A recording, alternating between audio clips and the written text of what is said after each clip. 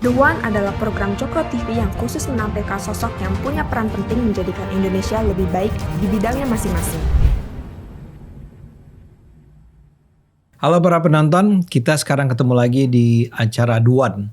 Nah, dalam The One hari ini saya mengundang seorang aktivis tapi sekaligus pengusaha, sekaligus seorang pejuang, ya, sekaligus seorang politician sebenarnya juga.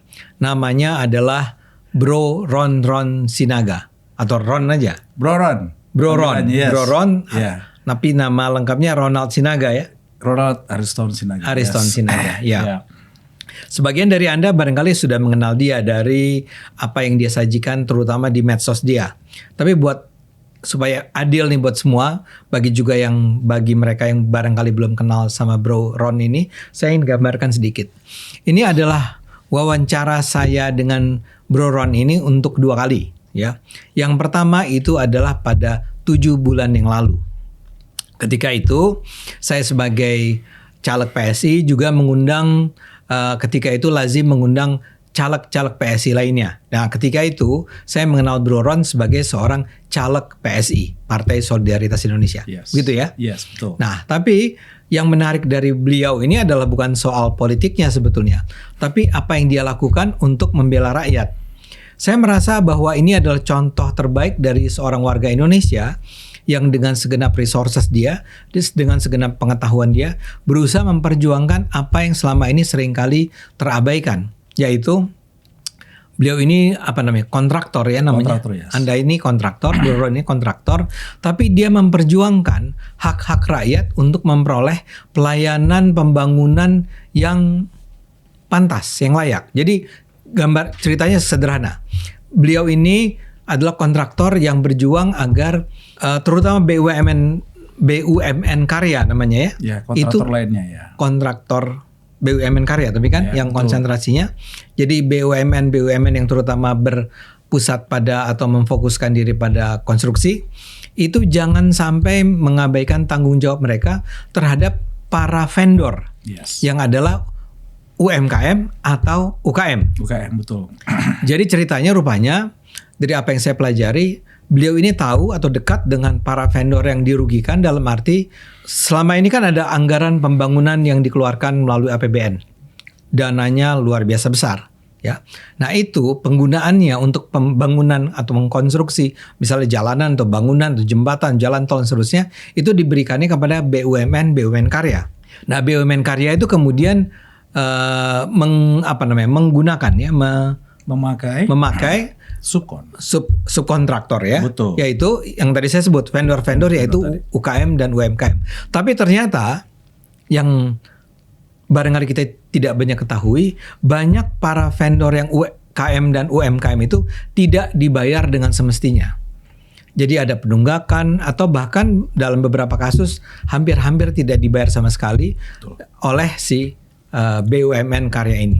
Nah, dari situlah saya kemudian mulai melihat betapa pentingnya orang seperti Bro Ron ini di Indonesia, ya, dan perjuangan yang dia perjuangkan ini adalah sesuatu yang menurut saya perlu kita ketahui dan kita dukung bersama. Nah, jadi ini adalah sebuah percakapan 7 bulan kemudian, 7 months later, yes. Ya. Beliau ini sudah maju ke pileg, tapi memang kebetulan Anda ketahui semua, PSI itu sendiri tidak bisa masuk ke DPR karena parliamentary threshold, sehingga memang para calon yang datang dari PSI ini tidak bisa masuk ke DPR. Nah, sekarang kita ngobrol lagi nih sama Bro Ron. Siap, Bang. Ya. Jadi barangkali saya mulai dari dalam 7 bulan ini. Yes. Ya. Anda masih terus memperjuangkan yang tadi saya katakan, UMKM, mereka yang dirugikan oleh para BUMN karya ini. Betul, setiap hari kita berkampanye menggunakan material-material dari berita, material-material juga dari postingan BUMN karya tersebut di medsos mereka, ibaratnya menjadi kata kasarnya serangan balik atas apa yang mereka posting, karena banyak kan postingan mereka itu pencitraan. Ya, yang siapa nih? BUMN karya ini kan, ya, pencitraan inilah sukses, ada yang dapat award ini, dapat hadiah ini, bilang wow hebat sekali dapat award, tapi tagihan belum lunas ya kan. Dan juga dari curhatan-curhatan vendor-vendor UMKM ini yang langsung kepada saya, curhatnya kepada saya. Gitu. Nah, biasanya apa yang Anda lakukan? Yang saya lakukan kalau antara terakhir kita ketemu adalah saya meminta data. Jadi saya sudah membuka channel di mana waktu saya minta data, mereka kirim datanya tagihan tersebut ke email yang saya bentuk. Ini vendor ya? Ini vendor ya. Data-data hutang. Hutang itu bukan hanya sekedar invoice-nya aja, bukti kontrak, SPK-nya gimana, dan juga bukti faktur pajaknya, ya kan? Karena kalau invoice kan siapa aja bisa bikin. Ya. Kalau invoice kan. Tapi kalau sudah ada data kontrak, SPK dan faktur pajak, ya kan, ibaratnya dia lapor kepada negara, ini tagihan nih, supaya pajaknya berapa, saya terima, itu saya serahkan kepada tim legal saya untuk melakukan somasi. Oke. Ya, somasi dan nanti ujung-ujungnya di PKPU aja kalau tidak mau bayar.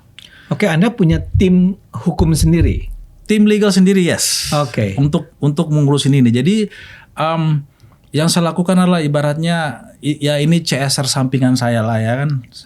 Corporate Social Responsibility saya, selain saya melakukan CSR perbaikan jalan di skill saya, tapi kan kalau saya kan bukan ahli dalam hukum, jadi saya pakai ada teman-teman yang mau kolaborasi dan juga mau bantu orang-orang seperti ini. Saya serahkan kepada mereka menganalisa, kirim surat somasi dan lumayan, ada beberapa yang berhasil, ada juga yang tidak berhasil. Gini, barangkali agar penonton jadi paham dengan apa yang Anda lakukan, bisakah Anda berikan contoh-contoh ya yang lebih spesifik kalau Anda nggak keberatan? Enggak keberatan. Kita mah buka-buka aja, yang penting. Yang penting apa? Yang penting bukan hoax, yang bikin bukan bohong kan, nggak masalah. Jadi kebanyakan mayoritas dari vendor yang curhat sama saya itu tagihan-tagihan mereka itu mandek di sebenarnya hampir semua sih, sampai PTPN juga ada, kayak AIU juga ada juga. Tapi yang top 3 paling besar ya itu dari Waskita Karya, Wijaya Karya, dan juga Hutama Karya. Ini BUMN ya? BUMN ya. Wisata Karya, Waskita Karya, Wijaya Karya, dan juga ada beberapa anak usahanya. Oke. Ya kan, Hutama Karya ada juga. Jadi itulah yang top 3 itu. Top 3 saya lihat tuh, saya langsung forward aja. Tapi yang nomor 1 ya Waskita Karya. Itu luar biasa banyak vendor yang belum terbayarkan. Oke, Anda tentu nggak mungkin menjelaskan tentang semua kasus-kasus ya. Betul. Tapi barangkali Anda bisa bantu dengan menjelaskan beberapa contoh yang mungkin menurut Anda menonjol atau penting, atau yang bisa membuat kita mengerti seberapa bermasalah sebetulnya persoalan-persoalan BUMN karya ini. Saya kasih 2 contoh sebenarnya. Oke. Karena ini agak menonjol. Contoh pertama, ada satu vendor yang dia punya piutang sampai belasan miliar. Sebuah vendor satu aja ya. Satu piutangnya belasan miliar. Belasan miliar kan, miliar. Ada juga yang saya kasih 3 contoh deh ya. Belasan sampai puluhan itu lumayan banyak. Lumayan banyak. Jadi bukan cuma satu. Oke. Ada juga yang ratusan miliar. Ada yang ratusan miliar. Satu vendor, satu orang. Satu vendor ratusan miliar. Ratusan miliar ada. Oke. Tapi bagi saya yang menurut saya paling parah, yang 30 juta ada juga. Oh, yang kecil pun ada. Kecil pun ada. Iya. 30 juta ada. Bagaimana sebuah anak usaha negara, dan kebetulan juga perusahaannya statusnya TBK, terbuka, punya saham publik, ya kan? Punya hutang 30 juta nggak bisa dibayar. Logika sehatnya di mana itu cara mengelolanya, ya kan? Kita mulai dari yang puluhan ratusan. Ya, puluhan ratusan. Apa yang terjadi? Kegagalan bayarnya di mana atau bagaimana itu? Masalah apa yang terjadi Bang itu sudah banyak di berita lah. Ya, mungkin tolong disampaikan kepada penonton di sini. Singkat saja. Ya.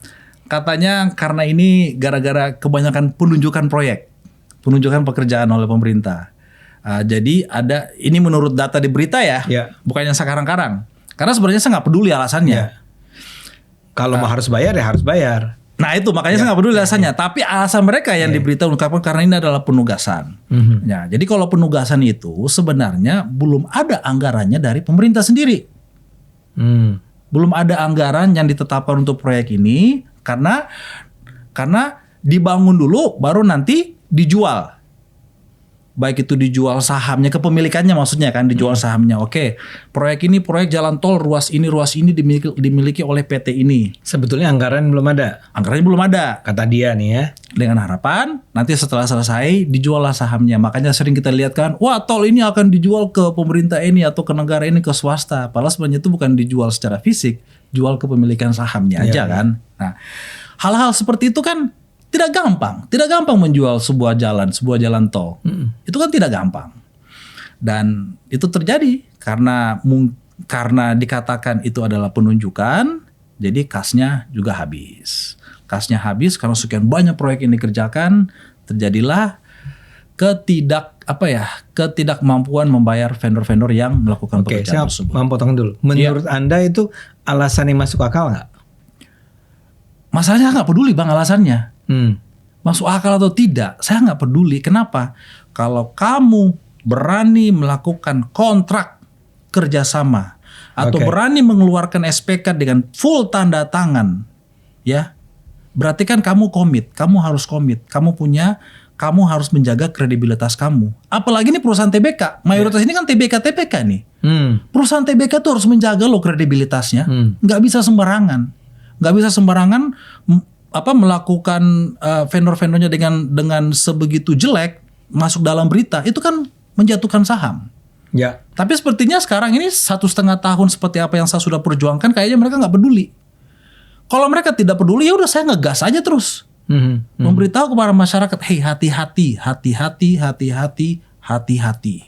jangan impikan menjadi vendor mereka, karena ujung-ujungnya bukan kamu menjadi kaya, kamu akan miskin. Dan itu terjadi dan terbukti. Tapi kembali ke tadi ya, Anda bisa saja mengatakan you don't care, ya. Tapi saya nggak peduli alasannya. Iya. Tapi sebagai politikus harusnya harus ya. Enggak. Ini maksudnya adalah sebagai politikus PSI. Nah, tapi maksud saya begini. Apakah logis, misalnya ada sebuah proyek itu masuk dalam APBN, sudah dinyatakan bahwa anggarannya adalah taruhlah 100 miliar. Tapi sebetulnya anggaran itu nggak ada di APBN atau di APBD atau dimanapun. Kalau saya yang awam akan mengatakan kalau emang nggak punya anggaran ya nggak usah dibuat. Iya nggak? Seharusnya. Jadi boleh nggak saya curiga atau menurut Anda logis nggak kalau saya curiga bahwa sebetulnya ada dananya? Karena hampir pasti pasti ada ya. Tapi mereka sedang mencari-cari justifikasi terhadap kenapa mereka sampai akhirnya harus menunggak. Oh, oke, paham. Saya paham arah pertanyaannya. Ya, namanya kan sebuah perusahaan besar kan harus memberikan alasan kalau media nanya. Jadi masalah. Tapi ini BUMN kan? Ini BUMN. Ya masalah alasan itu benar atau tidak, ya saya juga nggak peduli sebenarnya ya kan. Dan juga apa kapasitas saya memeriksa, benar nggak sih ada anggarannya? Siapa saya? Ya kan, kita juga sebagai vendor kan nggak mungkin bertanya kepada main con-nya yaitu BUMN ini, bertanya kamu ada duit nggak? Coba lihat rekening koran kamu. Kan nggak mungkin, ya kan? Bahkan anehnya itu kita kalau mau jadi vendor, BUMN ini yang meminta kita punya rekening koran. Mereka yang meminta rekening koran gitu sebagai syarat administrasi. Rekening koran, surat-surat PT, itu semua lengkap. Izin usaha, sertifikasi ini, semua minta. Sampai termasuk rekening koran. Dari awal saya pikir, logis gak sih? Mereka yang mau ngutang sama kita, tapi mereka yang minta rekening koran kita. Ya kan? Padahal kita gak bisa minta rekening koran mereka. Jadi kita nggak tahu apakah anggaran itu ada atau tidak, ya kan? Saya nggak punya kapasitas untuk memeriksa itu. Ya, tapi kita juga jadi dalam candaan selama ini vendor-vendor, pantas mereka minta rekening koran kita sebagai syarat administrasi. Ya mungkin mau lihat kapasitas kita seberapa kuat kita bisa dihutangin. Kalau dihutangin. Nah, dalam kasus-kasus yang Anda peroleh ini kan orang melapor nih kan? Iya. Taruhlah Anda kan menyebutnya ada yang dari puluhan sampai ratusan miliar. Yes. Itu yang diutangnya tuh atau piutangnya tuh yang berapa? Maksud saya apakah keseluruhan nilai proyeknya memang belum dibayar atau yang jadi gini Bang, sebuah proyek kalau kontraktor utamanya adalah BUMN, ya kan? BUMN ini kan mayoritas adalah manajemen konstruksi. Kata kasarnya calo, itu kata kasarnya lah ya, manajemen konstruksi. Si BUMN ya. BUMN ini, ya kan. Nanti di tiap-tiap tipe pekerjaan, disitulah mereka tarik apa yang mau dikerjakan. Contoh, pembutuhan aspal, pembutuhan besi, pembutuhan kayu, pembutuhan ini, termasuk ya pembutuhan alat kantor mereka, ya kan, pasir, segala kan. Nah, ada juga beberapa mereka itu BUMN ini, Maincon ini membeli material dari anak usaha BUMN juga. Ya kan, yang di bidang tertentu untuk mendapatkan material tersebut. Ya. Nah, mereka juga berhutang loh Ke si anak ke perusahaan. anak perusahaan, dan itu belum tentu terbayar juga. Seperti kasus Waskita Beton di September Oktober 2023 kemarin. Jadi waktu mereka settle, tukar guling hutang ke saham, di daftar tukar guling hutang saham itu ada anak BUMN juga di situ. Oke. Jadi sesama BUMN aja mereka saling makan. Saling makan. Jadi ya banyak lah, Bang. Oke. Banyak. Oke. Jadi belum tentu mereka berhutang ke semua vendor, tapi jumlahnya banyak yang belum terbayarkan. Oke. Karena saya rasa kalau tidak membayar 100% itu nggak mungkin lah. Karena anggarannya kan harus keluar kan. Kalaupun ada anggaran kan pasti harus ada pembayaran. Nggak mungkin nggak ada. Saya rasa kalau ada sebuah proyek yang tidak dibayar 100%, saya rasa orang dalam itu udah gimana, hati nuraninya pasti dibocorin ke media kali atau gimana. Taruhlah 100% enggak ya? Ya 100%. Tapi dari apa yang Anda ketahui, ya. Kira-kira kisaran yang akhirnya terpenuhi itu apakah sebaliknya terpenuhi total, dia akan dibayar sepenuhnya walaupun butuh waktu, taruhlah misalnya seharusnya sudah dilunasi dalam waktu 6 bulan. Ya. Tapi ternyata mundur sehingga setahun. Ya. Tapi dibayar. Atau at the end memang nggak pernah 100%. Oke. Nah, mana yang menurut pengetahuan Anda lebih sering? Lebih sering terjadi semua faktor itu. Kalau itu kan Abang maksudnya tidak dibayar vendor itu 100% ya. Ada yang dicicil ya. Kalau tadi atau bahkan sampai akhir pun, sampai kapan pun nggak dibayar. Ya. Ya, saya kira tadi pertanyaan di awal itu nilai proyek totalnya. Oke lah, kalau mengenai pertanyaan ini ada yang dibayar sebagian, ada yang akhirnya tidak bisa tidak dibayar tidak bayar sepenuhnya, ada juga yang retensinya nggak dibayar karena ada beberapa bagian yang curhat ke saya, ya Pak, ini retensi saya 5% ini tidak dibayar. Tidak dibayar. Ibaratnya itu retensi itu adalah uang nilai yang ditahan untuk masa garansi. Ini matahin. Tapi ada juga yang tidak terbayar total. Itu ada. Contohnya korban Istaka Karya. Korban Istaka Karya ini piutangnya itu udah sampai masuk pengadilan 1,1 triliun dari sekian ratus vendor. 1,1 triliun. Tapi ratus vendor ya? Ratus vendor. Di Istaka Karya, di proyek-proyek yang berbeda. Ini ibaratnya apa itu namanya kalau lakukan penuntutan hukum secara masif, ya kan? Mereka gabung bersama dituntut Istaka Karyanya 1,1 triliun. Ini sangat sedih, Bang. Kejadian nih, saya ada di grup WA di korban-korban BUMN. Semalam dapat kabar, salah satu korban ini meninggal. Meninggal dalam kondisi sangat prihatin. Meninggal, jadi setelah proyeknya tidak dibayar, beliau ini bangkrut. Berapa? Tahu angkanya? Saya lihat kemarin saya tanya berapa, dia nilainya sekitar 400-an sekian juta.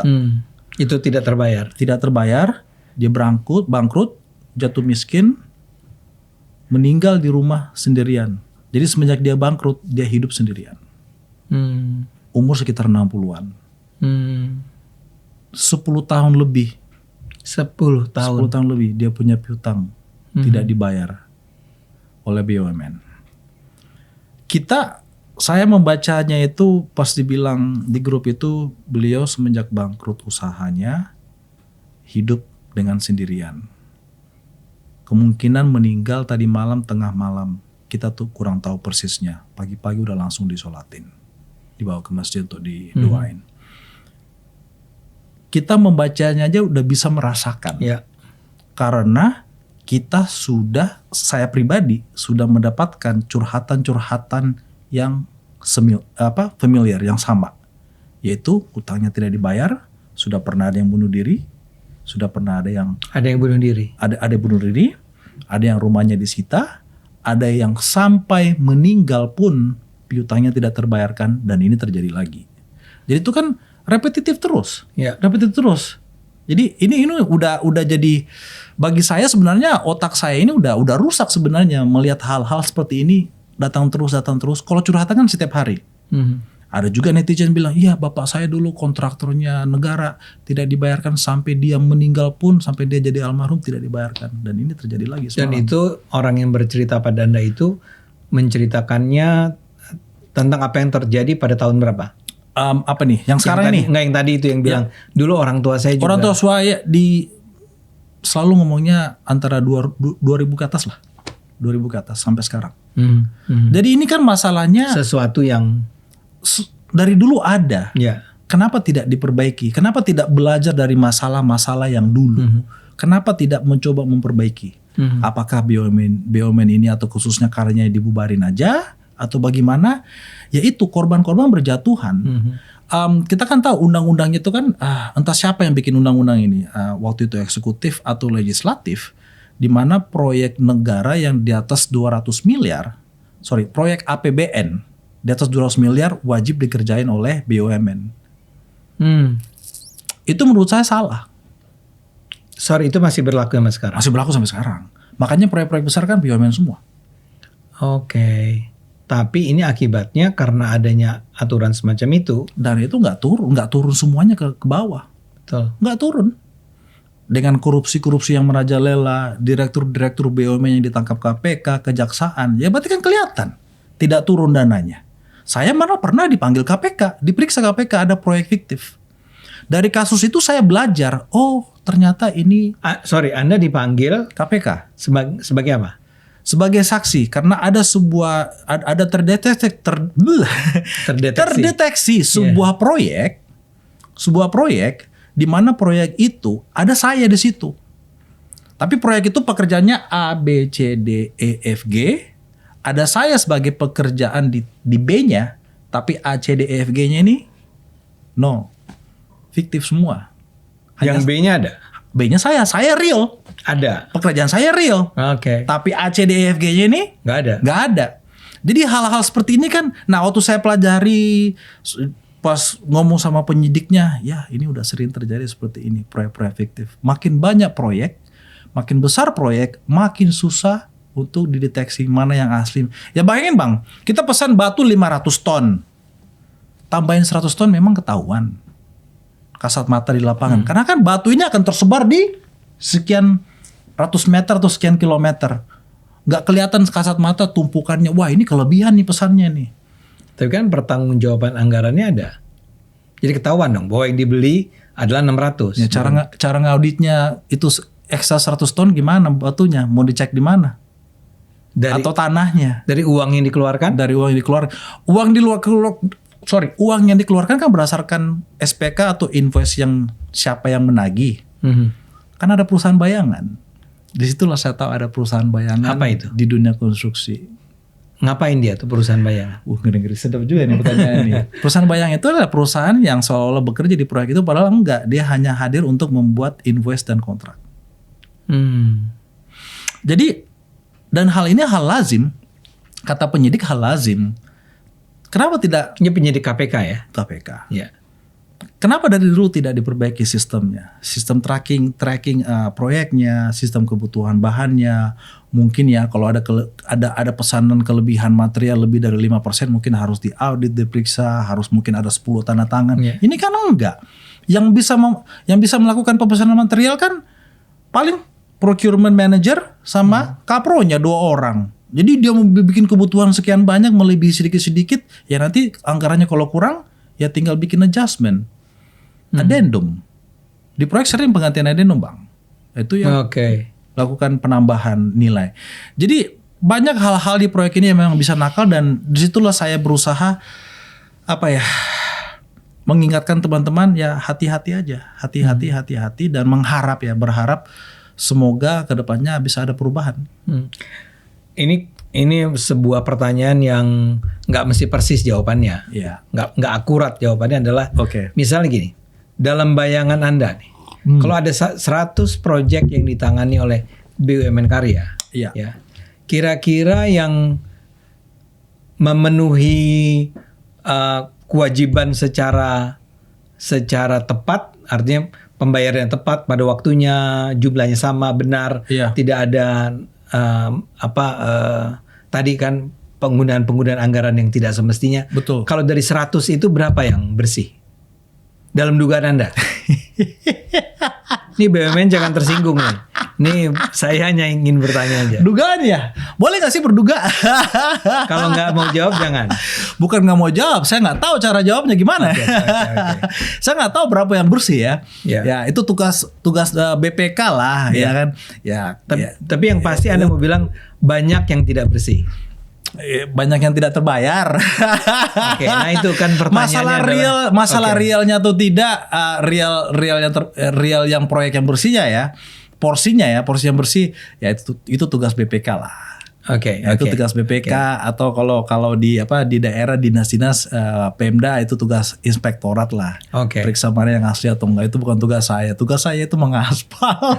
Nah, tapi Ya. memang terlepas dari lebih banyak mana yang bersih atau tidak, atau yang mungkin kata bersih itu terlalu berlebihan. Tapi yang saya ingin katakan adalah bahwa Ya. yang memenuhi semua tanggung jawabnya secara disiplin. Ya. Ya, itu kan banyak kasusnya. Kalau itu Anda kita nggak bisa bantah lah. Ya. Ada banyak sekali kasus di mana pertanggungjawaban pembayaran itu tidak berlangsung dengan baik. Ya. Bisa dikatakan begitu ya? Bisa. Ya kan dia masuk di berita. Di berita ya setahun terakhir BUMN ini, Waskita, PP ini kan hutangnya sekian, dari nilai hutangnya ini sekian persen. Aduh saya nggak hafal persis. Iya, Itu ada di berita kok, bisa dilihat di mainstream. Ya. Hutang ini sekian persen untuk pemegang obligasi, ya kan? Sisanya ke vendor-vendor, hutang vendor itu kan. Dan itu semua, saya nggak bilang hampir semua BUMN karya punya hutang vendor dan itu terbit kok di media. Nah biasanya Nah, kemudian kalau mereka punya hutang vendor, ya Ya. berarti kan tidak sempurna mereka menjalankan kontrak kerjasama yang mereka sendiri tanda tangan. Nah biasanya kemudian kalau itu sampai muncul, Mhm. itu ada follow up-nya nggak dari apa yang Anda ketahui? Beginilah pengusaha-pengusaha kita yang menurut saya kadang-kadang pengen jadi pengusaha, mentalnya nggak kuat jadi pengusaha. Kebanyakan mereka tuh jadi takut akhirnya. Jadi setelah sekali, 2 kali, 3 kali, 4 kali, 5 kali nagih tidak dibayar, mereka nyerah. Ya itu kalau jadi minta maaf aja kalau saya bilang ya kalian-kalian yang tidak kuat mengejar hak keringat kalian, ya kalian nggak pantas menjadi pengusaha Di Indonesia. di Indonesia, di seluruh dunia. Kalau kamu memang pengusaha sejati, kamu sudah bekerja, sudah keluarkan keringat, sudah keluarkan modal menyuplai barang, kejar terus, jangan menyerah. Mhm.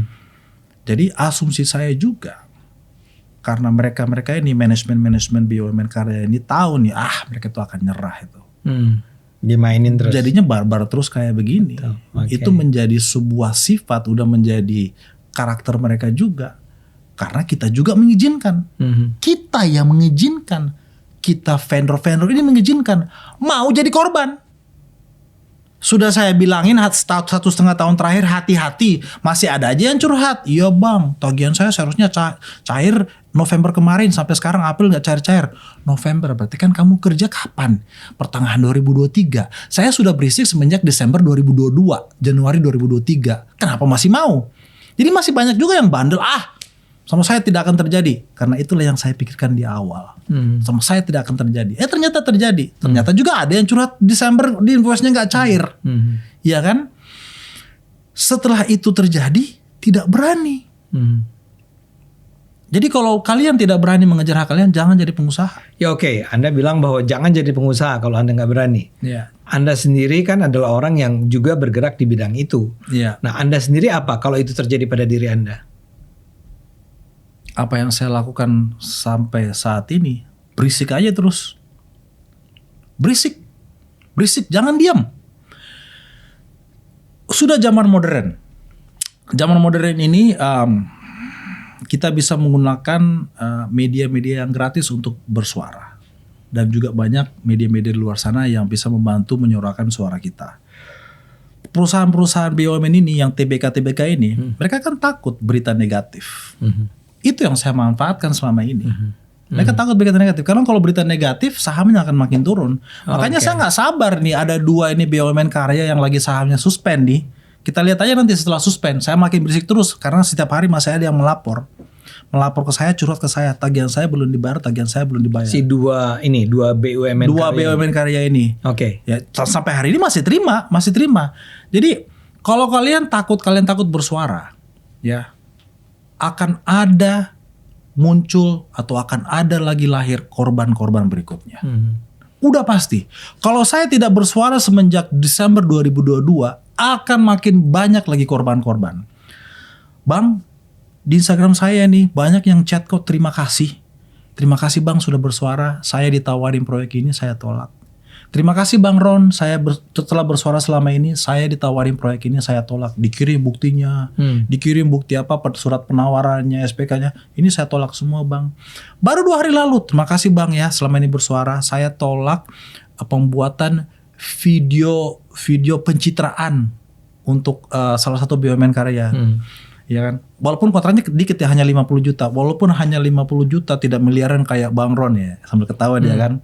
Tapi bagi saya 50 juta ini besar sekali. Saya tidak mau rugi. Jadi ya karena saya bersuara, terbukti saya bisa menyelamatkan calon-calon korban berikutnya. Karena saya bersuara juga terbukti saya bisa menyelamatkan korban-korban yang kita melakukan tindakan hukum. Sampai hari ini Bang, tim saya itu sudah menyelamatkan lebih dari 7 miliar selama 6 bulan terakhir. Oke, tolong diperjelas maksudnya apa itu menyelamatkan? Yaitu adalah korban-korban vendor-vendor yang curhat ke saya yang bukti tagihannya lengkap, kita serahkan kepada tim legal kita untuk melakukan somasi. Oke. Karena di dalam surat somasi itu, kalau tidak dilunasi dalam waktu tertentu, kita langsung daftar PKPU. Makanya WAS kita ini, dia kan setelah kan udah 2 kali tuh dihajar tuh sama Bukaka tuh, perusahaannya keluarganya Pak Yusuf Kalla tuh, ya kan? Jadi semenjak tapi kalah terus tuh Bukaka tuh. Bayangin menagih aja kalah nih. Ya, mantan wakil presiden loh. Nagih aja kalah. Tapi kalah setelah sidang masukin lagi gugatan nonstop. Jadi baru beberapa hari lalu Senin atau Selasa kemarin Bukaka dinyatakan salah, masuk lagi 3 vendor usaha. Karena selama ini dinyatakan salah siapa? Dinyatakan kalah. Bukakanya ditolak. Penuntutannya ditolak, masuk lagi 3 vendor yang selain Bukaka. Karena selama ini pengadilan, saya nggak tahu kenapa ya hukumnya, pengacara saya juga bingung kenapa ya. Jadi selama ada kasusnya itu sudah diterima, ini udah berjalan, mereka pengadilan menolak untuk menerima kasus-kasus baru, gugatan baru. Tapi pas gugatan itu udah selesai, masuk lagi. Jadi tidak akan pernah berhenti. Mungkin ini cuma untuk jadi contoh. Misalnya kayak Bukaka. Iya. Tadi kasus yang Anda sebut. 200 sekian miliar tuh. 200 sekian miliar. Kok bisa dinyatakan kalah? Bisa dinyatakan ditolak lah ya. Alasannya hakim ya. Karena WAS kita ini adalah perusahaan yang dibutuhkan masyarakat besar. Sehingga kalau dibubarkan akan merugikan masyarakat. Memang gugatannya dibubarkan? Tidak, dibatalkan, ditolak. Ya makanya. Karena kalau gugatannya dikabulkan akan merugikan masyarakat besar. Terus bagaimana? Yang melapor saya bukannya mereka masyarakat juga. Betul. Nah, dalam kasus-kasus yang Anda sebut tadi, itu kalau yang 7 miliar yang bisa Anda selamatkan, itu tidak melalui pengadilan? Tidak. Jadi Anda somasi. Tim legal saya somasi. Ya, tim legal Anda somasi. Ya. Begitu disomasi, mereka menjawab. Mereka memenuhi kewajiban mereka. Yes, ya. Oke. Tapi sampai sekarang belum ada satu yang belum gol nih. Yang keras kepala nih. Ya WAS kita. Itu belum pernah ada somasi yang mereka kabulkan. Direspons. Mereka respon. Yang mereka respon itu adalah yang sempat masuk gugatan pengadilan dan mereka akhirnya damai di pengadilan antara menyicil atau membayar lunas. Itu sukses, tapi lewat pengadilan. Oke. Tapi sayangnya Bukaka nggak sukses-sukses sampai sekarang. Oke.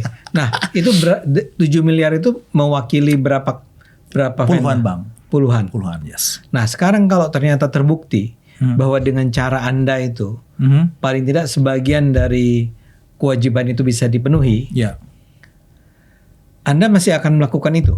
saya akan melakukan ini sampai masuk di media bahwa BUMN ini sudah membukukan untung. Selama ini kan Maksudnya? mereka semua rugi. Laporan keuangan tahunan kan selalu rugi. Siapanya nih? Semua ini BUMN karya, Oke. Utama Karya, Wijaya Karya, Waskita, WSBP, itu kan laporan keuangannya semua rugi. Ruginya triliunan.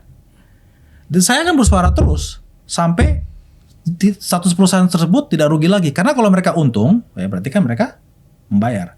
Yang selama ini mereka melakukan itu adalah pencitraan di medsos. Bahwa Di mereka- medsos mereka masing-masing, wah kami mendapati kontrak proyek sekian triliun. Kayak PP kemarin sekian ratus triliun. Kami membukukan kontrak untuk 2024 sekian ratus triliun.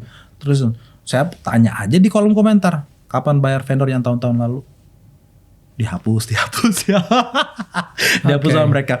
Jadi kalau abang tanya sampai kapan saya bersuara, ya sampai mereka membukukan profit. Entah kapan itu membukukan profitnya. Tapi saya nggak ngerti kenapa soal membukukan profit itu berkorelasi dengan kewajiban mereka membayar. Ya kalau mereka pede bilang profit, ya berarti kan utang-utangnya semua berjalan, proyeknya berjalan dengan Nah, baik. pertanyaannya adalah Iya. mungkin nggak sebetulnya image bahwa mereka itu rugi itu adalah sekedar image. Bahwa sebetulnya hitung-hitungan realnya mereka nggak rugi kok. Ya itu urusan BPK lah Pak, yang yang audit, bukan urusan saya. Urusan saya jualan aspal dan minta dibayar. Tapi kan udah Ya. kebayar semua kalau Anda. Belum kebayar semua. Oh, masih juga ada. Sisa dikit-dikit. ya. Masih ada. BUMN yang berutang sama Anda masih ada. Masih ada sisa dikit. Oke. Ya untuk alasan saya berisik, udah itu aja. Saya sisain aja dikit, nggak usah ditagih. Nah, kembali ke tadi Ya harus ditagih ya. Harus dong. Ya. Kembali ke tadi soal bahwa Anda itu orang lapor ke Anda terus Ya. Anda perjuangan mereka. Curhat Bang. Curhat. Iya. Itu Anda membantu mereka dengan biaya tertentu Nggak ada biaya. sama sekali. Ini pro bono. Pro bono. Hanya waktu itu kan jadi deal saya sama tim legal ini sambil dia juga mencari klien lah kan. Ini adalah orang yang sudah susah. Mereka inilah orang-orang yang terzolimi. Jangan sekali-sekali kamu minta uang di depan. Jangan minta biaya. Oke. Kalau nanti goal, boleh kamu mengingatkan, tapi jangan minta, jangan paksa, jangan keluarkan invoice. Oke. Jadi kita udah setuju. Kamu keluarkan invoice kalau memang sudah deal. Tapi jangan paksa ya. Mereka ini adalah orang-orang yang terzolimi. Oke. Anda dari mana Anda dapat orang-orang legal sebaik itu? Fans saya di Oke. Instagram. Jadi bahkan legal Anda itu pun Sebenarnya bukan ngefans orang-orang saja. Anda, bukan Bukan orang orang yang Anda saya. gaji, Bukan. bukan. Oke. Bukan. Mereka senang membantu, mereka senang menjadi bagian orang, membantu orang yang terzolimi. Dan kebetulan mereka tuh anak-anak muda. Dan sempat minggu lalu datang setelah lebaran ke kantor, ya berterima kasih lah kan, kasih dia pekerjaan seperti ini, maksudnya klien-klien seperti ini, kemungkinan kedepannya mungkin mereka dapat pekerjaan lain lagi. Beberapa ada yang kasih tanda terima kasih, ya sukses fee-nya lah kan, ada terima kasih. Dan dia juga bilang, ya saya tanya ke dia, hal seperti ini berapa banyak sih yang kerjain? Bang, gak banyak yang mau kerjain kayak gini. Karena banyak juga pengacara yang takut sama pemerintah. Terus saya tanya, emang BUMN itu pemerintah? Enggak, BUMN itu adalah bagian dari pemerintah yang bekerja di bawah atas instruksi, bukan pemerintah. Beda, harus bedakan. BUMN itu bukan pemerintah. Kementeriannya pemerintah. Kementeriannya pemerintah, tapi yang di bawah itu bukan bagian dari pemerintah. Terus jelaskan, ya hal-hal seperti ini nggak banyak yang mau, dan apalagi yang sudah berumur, mereka nggak mau, mau pusing mengenai hal ini. Jadi ya kebetulan pengacaranya umurnya 30-an dan dia berani, dan dia, ayo bang, kapan bang? Ayo mana lagi? Padahal sudah puluhan saya kasih dia. Ayo, saya pengen ngegas ini memang jahat ini. Jadi untunglah timnya dia juga anak-anak muda ya. Ya gitulah. Anda merasa bahwa apa yang Anda lakukan ini betul-betul bisa tanda petik memperbaiki atau mengubah keadaan? Saya belum bisa melihat itu bang, memperbaiki atau merubah. Tapi kalau saya bisa menyelamati satu dapur, Ya, Dapur memperjuangkan hak orang ya. ya dapur itu isinya berapa orang? Ya. Ya. Ya kan? Ya. Dapur itu seberapa? Istri, anak-anak. Oke. Nah, kalau saya dengar ceritanya begitu banyak kasus-kasus macam ini, Iya. menurut Anda untuk bisa mencegah, menghentikan, mengubahnya itu harus apa yang dilakukan? Bubarkan BUMN karya. Biarkan swasta yang membangun negeri. Bubarkan BUMN karya.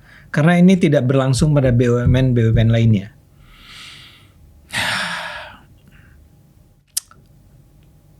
Sebenarnya berlangsung ke BUMN lainnya. Tapi ya sometimes you have to pick your fight. Ya, Saya fokus di sini aja. karena Karena ini saya pahami. Saya Oke. pahami dunia konstruksi. Vendor-vendor di BUMN lain banyak yang curhat sama saya. Tapi yang ada beberapa juga yang non karya saya berikan kepada tim ini biar mereka gugat. Kayak saya bilang tadi kan di perkebunan PTPN ada juga. Tapi ya saya lebih banyak fokusnya ke BUMN karya karena saya paham dunianya ini. Karena saya udah paham karena saya bagian yang pernah kena terzolimi juga. Jadi saya fokus di sini aja. Jadi kalau dibilang bagaimana solusinya, bubarin BUMN karya. Jangan dimonopoli oleh negara. Memangnya hanya BUMN karya yang punya dana 200 miliar. Banyak swasta. Kalau tidak banyak swasta yang bisa, kan bisa KSO, kerjasama operasional.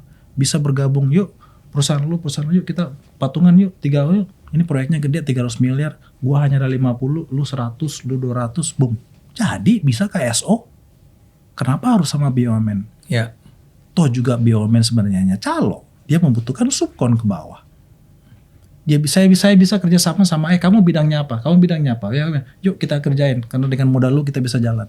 Bisa. menurut Anda kenapa jawabannya bukan memperbaiki misalnya kementeriannya daripada membubarkan BUMN Iya, karyanya? karena dilihat katanya Menteri BUMN sekarang itu adalah menteri yang paling cocok dan menteri yang terbaik. Ternyata dia aja nggak sanggup yang media bilang sebagai menteri terbaik. Ya bisanya dia sih sanggupnya ngurusin toilet SPBU ya itu sukses lah. Itu oke lah, lumayan 90% toilet sekarang gratis. Ya kan? PSSI lumayan lah ya. PSSI Enggak. Oke. ya kan? Ya. Mengganti rumput JIS oke lah ya, mengganti rumputnya Anies oke lah dia sukses. Iya. Ya. Kalau BUMN kayaknya dia nggak sanggup deh. Kayaknya dia nggak sanggup. Tapi kalau ditemukan, ini kan pemerintahan segera ganti nih. Iya. Akan ada Pak Prabowo. Kalau Kementerian BUMN dipimpin oleh seorang yang capable, seorang yang idealis, yang jujur, bisa nggak diperbaikin dari kementeriannya? Kalau dia berani seperti saya, berani nggak ngedobrak meja, berani nggak tenang pintu. Anda membayangkan korupsi itu sedemikian berurat berakarnya sehingga untuk mengubahnya Anda harus berperang. Ya harus berperang. Again, dan juga banyak peraturan yang gini. Saya akan melihat menteri itu sanggup, capable dan berani kalau dia ada rubah satu peraturan menteri. Yaitu peraturan menteri di tahun 2013. Waktu itu dibikin sama menteri BUMN sebelumnya. Kalian tahu nggak? Ada peraturan menteri BUMN di mana kalau BUMN A membutuhkan material atau membutuhkan sesuatu dan bisa disuplai oleh BUMN lainnya, A ini wajib membeli dari BUMN B. Itu ada peraturan menteri. Buat Anda itu bermasalah? Itu kan semi monopoli. Oke. Ya. Minimum kalau belum bisa swasta mengerjakan 100%, karena ada undang-undang yang proyek di atas 200 miliar, ya kan? Ya. Harus dipegang Minimum kalau memang harus dipegang BUMN, izinkan rakyat atau swasta bertarung di bawah 100%. Bagaimana mau bertarung di bawah 100% kalau ada kebutuhan sesuatu dan kebutuhan itu bisa dipenuhi oleh anak usaha lainnya? Ya. Peraturan menteri itu dirubah, saya akan bisa melihat positif. Kalau bisa saya promosikan, yuk kita semua jadi vendor. Ini levelnya peraturan pemerintah. Peraturan menteri Peraturan sudah pernah digugat dan dipatahkan oleh pengadilan. ini bukan monopoli. Saya lupa persis ada. Mungkin nanti kalau saya pulang saya kasih nomornya, mungkin masukin nanti di layar ya. Layar ya. Peraturan Menteri nomor sekian tahun sekian itu dibikin oleh menteri yang siapa itu? Bapak yang kacamata yang dulu mantan direktur Jawa Pos. Dahlan Iskan. Beliau membuat peraturan tersebut. Jadi kan itu kan semi monopoli.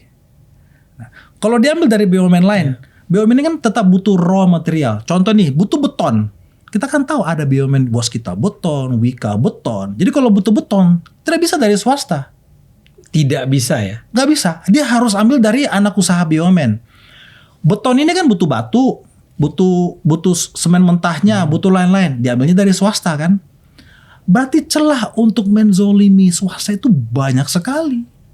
Anak usahanya juga. Saya merasa Anda bahkan akan menganggap bahwa memang sebaiknya nggak perlu ada BUMN lah. Perlulah. Kita perlu ada BUMN. Tetap perlu ya. Kita perlu, karena saya tahu statistik Indonesia Bang. Pemilik NPWP aja kan nggak sampai 100 juta penduduk. Padahal penduduk kita 270 juta. Berarti kan banyak yang tidak bayar pajak kan? Secara rakyat ya. Banyak yang bayar pajak. Ya negara butuh pemasukan. Oh iya iya. Kita harus logis juga. Enggak, Kita nggak bisa asal mentah. Wah kita nggak butuh BUMN. Ya, ini isunya bukan ideologis lah ya. Iya. Hitung-hitungan kalkulasi finansial. Iya, kebutuhan negara, kebutuhan rakyat juga ya. Yang punya NPWP nggak sampai 100 juta. Ya. Rakyat 270. Terus pajaknya dari mana? Ya. Ya dari inilah transaksi BUMN, Pertamina dan lain-lain. Tetapi kalau karya nggak butuh lah, karena swasta bisa kok kerjain. Atau BUMN oke, tapi ya kerja yang benar dong. Oke, nah sekarang ke Anda. Abang ini joking-joking aja. Gini, Anda mengalami kesulitan hidup nggak gara-gara perjuangan Anda ini? Sempat mengalami kesulitan hidup, yes. Di tahun baru 2023, yaitu Desember 2022. Disitulah tahun baru pertama saya sama keluarga saya nggak bisa kemana-mana. Oh, karena belum dibayar itu? Di rekening saya itu nggak sampai hanya 2 juta, sisa 2 juta. Karena itu menyangkut, saya melihat istri saya melihat anak saya kok sedih amat, diminta jalan-jalan tahun baru nggak bisa. Situlah saya saya punya setan kecilnya keluar nih. Gue nggak boleh lagi main halus nih, main gas aja. Situlah makanya kan teman-teman bilang, Bro Ron kok berani banget, kok kasar banget, kok galak banget kan? Ya gimana kalau melihat istri dan anak kita. Kalau saya lihat medsos Anda itu kelihatan the other face. The other side ya. Ya itu saya ingat istri saya, anak saya minta jalan-jalan tahun baru, saya bilang kita di rumah aja. Tapi kalau yang sampai kemudian gara-gara Anda memperjuangkan teman-teman vendor itu, kemudian Anda sampai diancam atau hal-hal semacam itu? Saya hanya diancam 1 kali. Mau tahu nggak ancamannya apa? Apa? Kalau begini terus kita akan blacklist Bro Ron di BUMN. Mau tahu nggak jawabannya apa? Saya. Bukan kalian yang blacklist saya yang blacklist kalian. Artinya apa itu? Artinya apa? Saya nggak akan mau kerjaan BUMN. Oke. Kebalik, ngapain dia ancam-ancam takut-takutin saya mau blacklist saya? Mau kagak bisa bayar saya? Ya. Hanya itu aja. Ancaman fisik nggak ada, nggak ancaman yang lain nggak ada. Makanya saya bilang sekali lagi, kalian para pengusaha, jangan takut mengenai ini. Paling sekali 2 kali diancam, tapi alhamdulillah saya nggak pernah diancam. Oke. Saya tidak pernah diintervensi bersuara kayak gini. Bahkan politikus ada yang bilang gas terus bro. Yakin gas terus? Gas. Partai kita sendiri nggak pernah intervensi saya. Iya, PSI. PSI nggak pernah intervensi saya. Iya. Padahal PSI pendukung pemerintah banget kan. Iya. Apalagi ketua umum sekarang. Tapi saya masuk PSI bukan gara-gara ketua umum sekarang loh. Saya masuk duluan loh sebelum ketua umum masuk loh. Betul. Iya kan? Iya. Saya masuk 6 bulan sebelumnya loh. Tapi yang itu tadi nggak ada yang ancam saya. Ancaman nggak pernah ada. Dan ini mungkin perlu diketahui juga oleh vendor-vendor yang lain, bahwa ketakutan-ketakutan di kepala mereka tentang risiko yang harus dihadapi mitos itu adalah sesuatu yang kalau pakai istilahnya mitos ya. Mitos lah, nggak perlu lah. Udah bukan Soeharto lagi kok presiden kita. Oke, nah sekarang Anda ini mungkin bagian terakhir dari obrolan kita nih. Iya. Pak. Anda sudah menjadi caleg dan kemudian belum bisa masuk ke DPR. Belum bisa. Ya. Tapi Anda masih tetap bertahan di PSI. Bertahan di PSI, yes. Dan tetap bertahan sebagai apa istilahnya ya? politisi, kader Yes. Anda tidak ingin merasa bahwa ini bukan dunia Anda atau ini bukan jalan Anda? Sebenarnya politik ini bukan jalan saya, tapi memang yang bersangkut paut kepada kehidupan rakyat itu butuh keputusan politik. Betul. Jadi kalau tadi Bang Armando nanya sama saya, BUMN bisa berubah nggak? Itu butuh kebutuhan politik. Di mana nanti itu keputusan politik. Di mana nanti keputusan politik itu akan memilih seseorang yang berani nggak? Nah, dia beraninya nanti kan harus lihat politiknya juga. Jadi mau gimana pun kita harus masuk sama politik. Dan juga ini bisa menjadi contoh kepada teman-teman di luar sana. Ini partai luar biasa. Walaupun kalah kemarin 2024, ini partai luar biasa. Saya tidak pernah diintervensi sama sekali. Sama sekali ya. Sama sekali. Malah Bang Adi yang dikritik ya, mengundang saya ya. Ya kan? Itu cerita yang lain. Cerita lain. Saya tidak pernah diintervensi dan itu adalah suatu kebanggaan, bukan kebanggaan pribadi. Itu kebanggaan saya berada di dalam partai ini. Kenapa? Karena partai ini memperjuangkan rakyat. Klise banget ya kalau partai ngomong gitu, memperjuangkan rakyat. Tapi karena mereka melihat apa yang saya lakukan itu memperjuangkan rakyat, ya wajar saya tidak diintervensi. Dua garis besar partai, anti korupsi dan anti intoleransi. Di dalam konstruksi ini banyak sekali korupsi, banyak sekali kecurangan. Dan ini juga lah termasuk kecurangan, mencurangi rakyat. Dan saya rasa ya saya berjalan di garis besar itu. Dan gara-gara dua garis besar ini ya makanya saya tidak pernah diintervensi dan saya tidak perlu takut diintervensi. Karena kalaupun saya diintervensi, saya mau dipecat atau dikeluarkan dari partai, yang rugi bukan saya, rakyat ya. Rakyat. Ya, setuju. Karena kalau saya jadi nih Bang, mau jadi anggota dewan, mau jadi bupati, wali kota, gubernur, yang untung pasti rakyat. Gua akan gas pembangunan dan gua akan gas pembangunan dengan cara yang benar tanpa menzolimi rakyat. Kalau saya tidak jadi, saya bisa lakukan semua ini yang saya lakukan sekarang, membantu mendapatkan pencairan, melakukan CSR, tapi skala kecil. Jadi tergantung kalian aja maunya saya itu skala besar atau skala kecil. Bagi saya nggak masalah, saya akan tetap cuan.